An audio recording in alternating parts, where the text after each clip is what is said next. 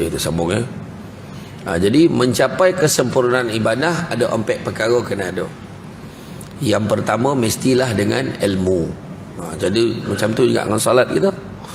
Nak capai solat yang sempurna mestilah dengan ilmu. Konolah belajar, konolah tanya.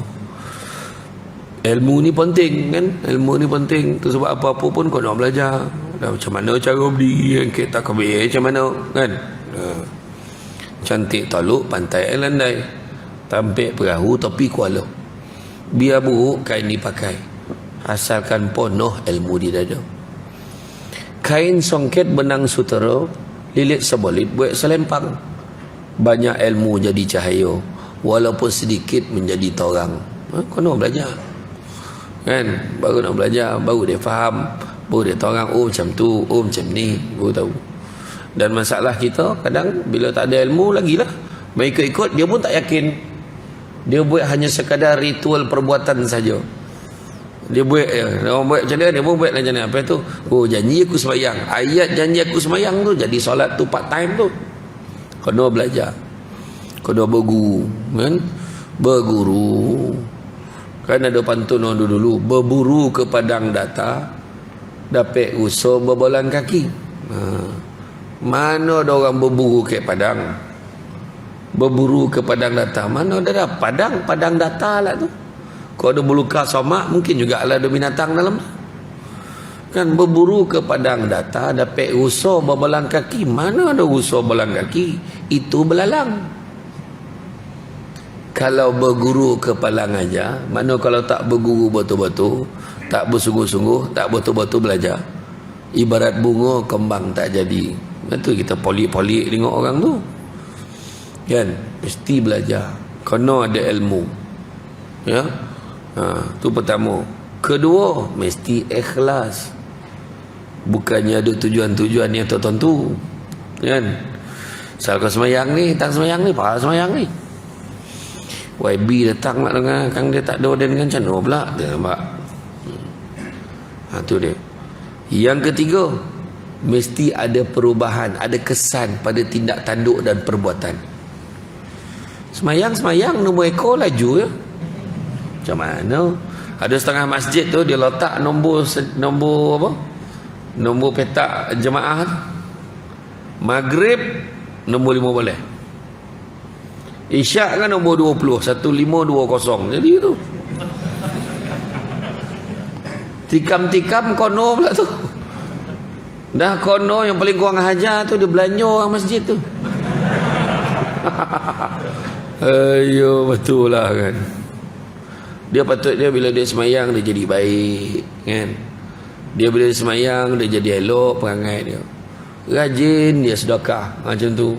Tu tanda orang tu ibadah dia okey lah tu kan. Itu tanda kan. Datang dia tanyalah imam Samsul Debat jadi tak datang malam esok. Jadi itulah saya ingat saya nak menyumbang lah macam tu.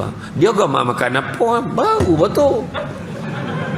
Tanya pi tu Samsul Debat tu agama makan apa, manjang selera pengusi kot dia. Contoh kan,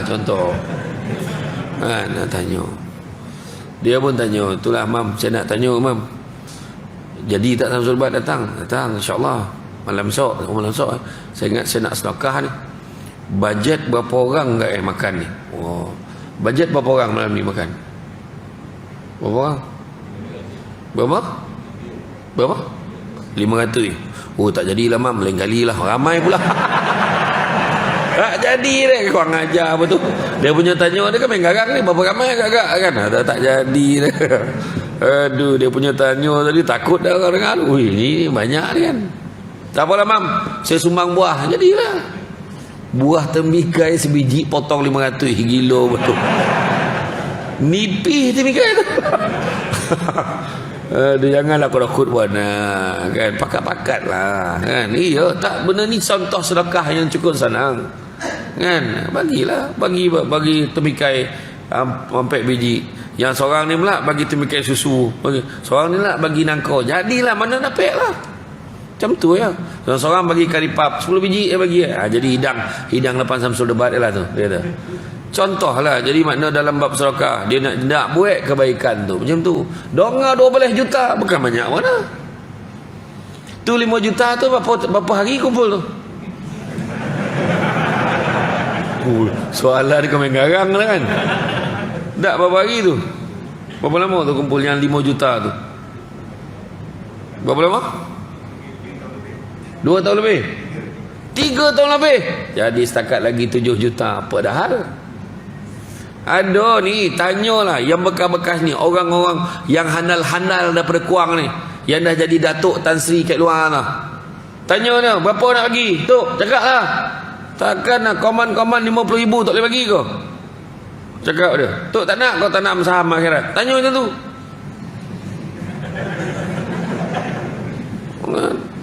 Ini kebanyakan yang bagi ini semua hamba Allah semua. Kan yang kalau hamba Allah tu mana memang tak banyak lah. Kan orang Islam ni terbalik, patut lagi banyak lagi hamba Allah, ni lagi RM1 lagi hamba Allah. Kan? Cuba tengok yang dalam penyata bank tu kan. Sumbangan sedekah subuh RM100, description doakan saya kaya. Bagi RM1. Doakan saya kaya. Bagi tuan-tuan. Tak lama pun, percaya cakap saya. Tapi esok dah besar, dah ada 12 juta. Memang tak tahulah panggil lagi tak saudara Samsul Debat ni, tak tahu kan. Tapi ya, sebenarnya orang Islam ni boleh buat, tak ada masalah. 5 juta tu pun macam tak percaya tu.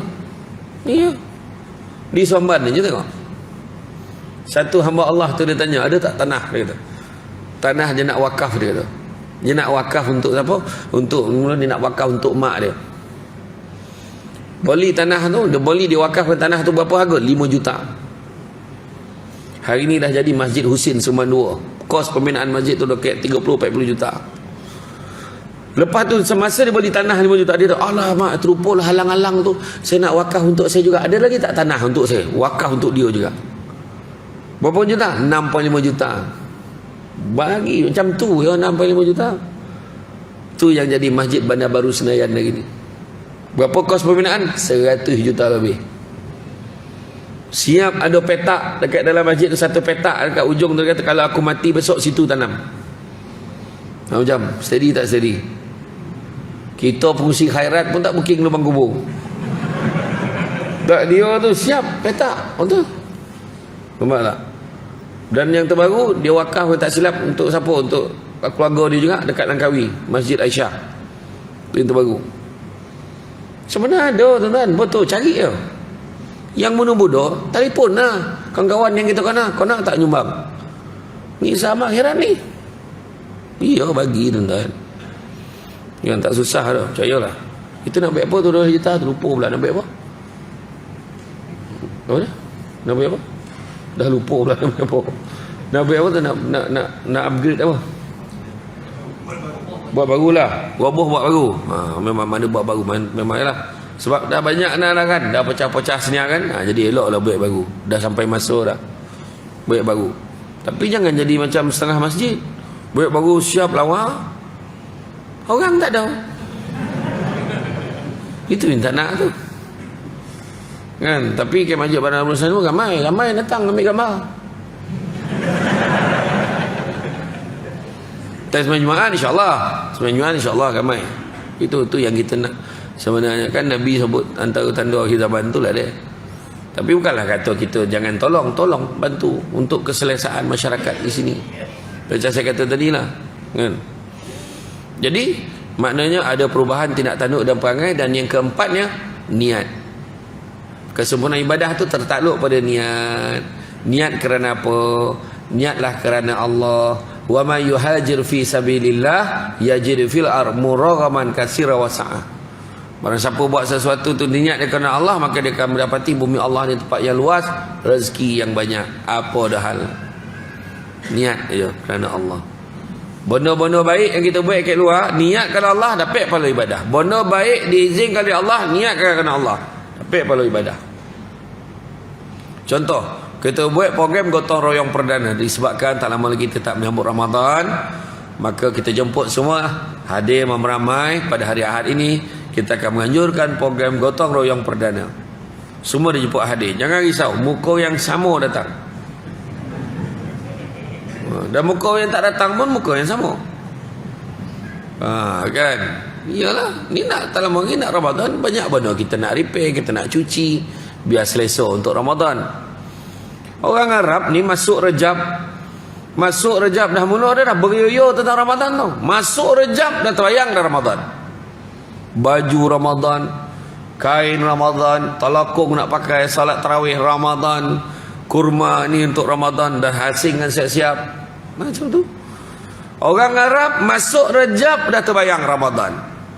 Orang kita belum Rejab dah terbayang Syawal, lagi jauh. Lagi jauh. Belum Rejab, Syawal. Ingat tak? Masihkah kau ingat 2 tahun lepas? Sepapan kan, kain kayu kat nilai 3 tu. Ini besok kalau siap baju ni, buntang orang tengok baju keluarga kita ni, yang lawa batu baju kita ni. Sekali PKP padan muka kau. Belagak lagi. Iya, tak apa dikojar. Hati-hatilah. Kan? Jangan panjang cita-cita. Kita salat ni pun nak mengingatkan diri kita tu sebab niat nak kena betul.